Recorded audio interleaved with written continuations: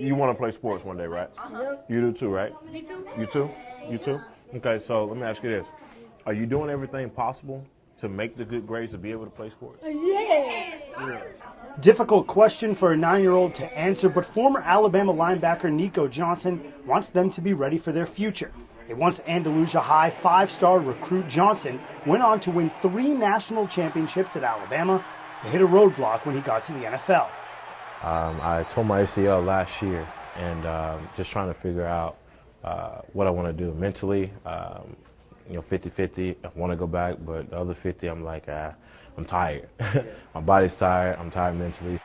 A tough decision to possibly give up the game, but now he's teaching kids to always have a backup plan. You get hurt. What if you can't play basketball anymore? What if you can't play football anymore? What are you going to do then?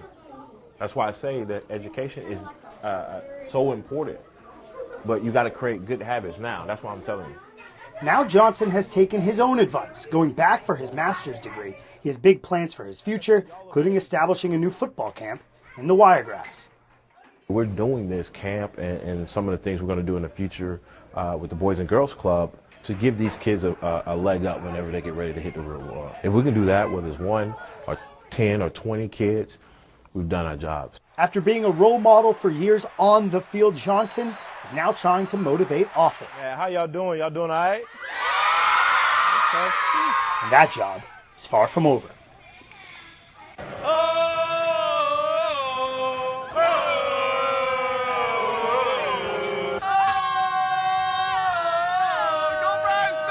All right, guys, a little off key, but you can feel the passion. 40,000 strong inside of the brand new SunTrust Park for the inaugural game.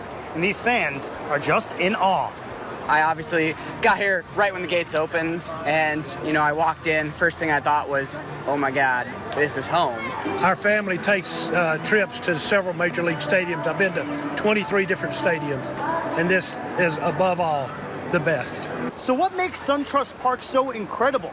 Is it the 375-foot right center fence, great for Freddie Freeman bombs, or the massive video board in center field? Now, something tells me it's right here in the concourses where you can get a variety of food, including this pretzel shaped like the letter A. But above all else, the way SunTrust Park will become legendary is if the Braves get back to winning. I think it just allows almost like a fresh start, so to speak. Like a new beginning, and we can create our own legacy together, in this place. And I think that's what we're striving for. If there was ever a time to start, it's now. The Braves are back in town, baby, and they can call SunTrust Park home. In Atlanta, Noah Mindell, News 4 Sports. For the past 8 years, President Barack Obama had his Bracketology, where he would fill out an entire men's NCAA bracket with an ESPN analyst. This year, President Donald Trump has declined to do so, so we got the next best thing. Mayor Bob Bunting of Ozark is in town. Mayor, we're going to be filling out an entire bracket. What are your first initial thoughts? Well, after what you just said, I think I'm up against a pro out of ESPN. You're in for them, and I'm in for Trump. So I've already picked my Final Four, so see how we're going to get there. My SEC team. You SEC people love to stick together. Yeah, got to do well, let's stop it right now. We have Duke going up against Troy. Troy, it's crazy to think that they're in the tournament this year. Wesley Person has had a great year out of Brantley. Jordan Varnado, also a fantastic year. I can't do it. So I had to take the Dukies. There's a lot of them that you had to do a lot of looking and research. You know what? I'm going to go for the long shot here. All right, Mayor, so we're down to the Elite Eight. You have Villanova, Duke, Notre Dame, Arizona, Kansas, Louisville, UNC, Kentucky. Some people would call you a chalk guy, but is this might be how it plays out. You got to pick the best, at least what you think's the best, and if you've sort of watched them all year, this is kind of way it's rolled out. Duke has been playing tough. I think Arizona will pull it out. Kansas, UNC. Are we going to get a Duke-UNC matchup, you think? Is that what you think's going to happen? That's what I'm picking. All right. And your national championship winner, let's bring him right here. All right, okay. Go meet Duke. They've got it all together, and they've got the full team. I think they're going to do it. And like I say, I think their coach is the best. You got the Duke Blue Devils winning, as do I. Thank you so much for coming in. Thank you. Hey, this is it. Duke Blue Devils. They got it.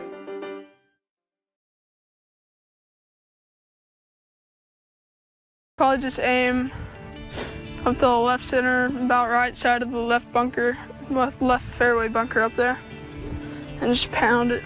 At just 15 years old, Thomas Ponder is ready to rise up the leaderboards tomorrow, one shot at a time. Just kind of think about where the wind's going and then look at my lie, if it wasn't or is in the fairway, and then see where the pin is. If I want to go for the pin, I might just either choke down the 6 or hit a full 7. I mean, a lot of things could go wrong if you didn't really plan for them. Par on this hole would be pretty good. Birdie would be even better. I mean, like most of the holes out here, but that's what we're looking for, par or birdie. With a state championship at Providence Christian already captured, Ponder is now looking to add a blue jacket to his wardrobe. Meanwhile, the reigning overall champion Matthew Rule from Florida is preparing for a repeat. Yeah, it's 6 iron here, a little bit in the wind, so going up about half a club. This past spring, just struggling, and yeah, it's kind of been tough getting out of it. But my last tournament a couple days ago was a junior PGA local qualifier. Shot 72, 74, and won that. So kind of getting my momentum back. I'm just trying to remember all my past thoughts from last year, the different shots I hit, and how I played each hole. You know, recall the memories and the feelings from last year. I have the jacket up in my room, and I always look at it, and you know, kind of tell myself that I can compete out here, and I can win again 2 years in a row. Obviously, it won't be easy, but it definitely motivates me to come out here and win again. Matthew Rule and Thomas Ponder are different. 2 different styles, 2 different techniques, but both have the same one goal: to win. Noah Mindell, News 4 Sports. Here's the court Troy will be playing on tomorrow. Looks pretty normal, right? That's because it is. It's the same size, same rim, same ball they play with every single day. All right, the lights may be a bit brighter, the stage may be a bit bigger, but these Troy Trojans are ready to put the wow factor to bed. Or I guess when we step out there tomorrow for warm-ups and they finally took the ball off and, we play a couple sessions, the wow factor be gone, and it just feel like a normal game, and we just got to be ready to play our game. I mean, I hope it wears off when we get on the bus, heading over here, man. I hope that we approach it just like any other game, which I know is kind of impossible. Taking on Duke will be no easy feat, but there's hope. 2012, Duke was a 2 seed, playing Lehigh, a 15 seed, and Blue Devils head coach Mike Krzyzewski's team lost.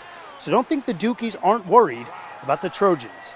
You have a team that can really score the ball. They're dangerous, and the fact that they've won makes them even more dangerous. So, we respect them. Respect is not given, it's earned, and head coach Phil Cunningham's Trojans have earned it from the very start of the 2017 season.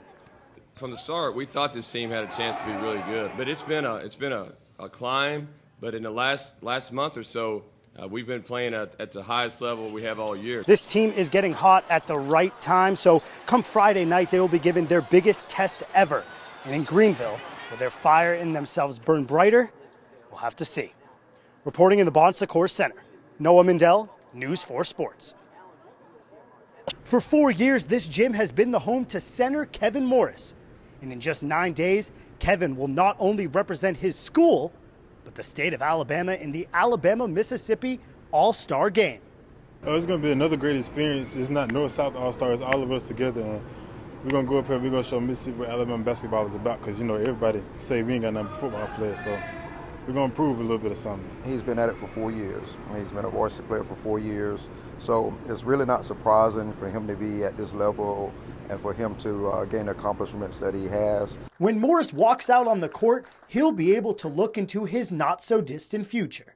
And I'm being able to play with John Petway. We're going to team up in college together, so see how we're going to jump to that next level together. Morris will also have the chance to remember the past.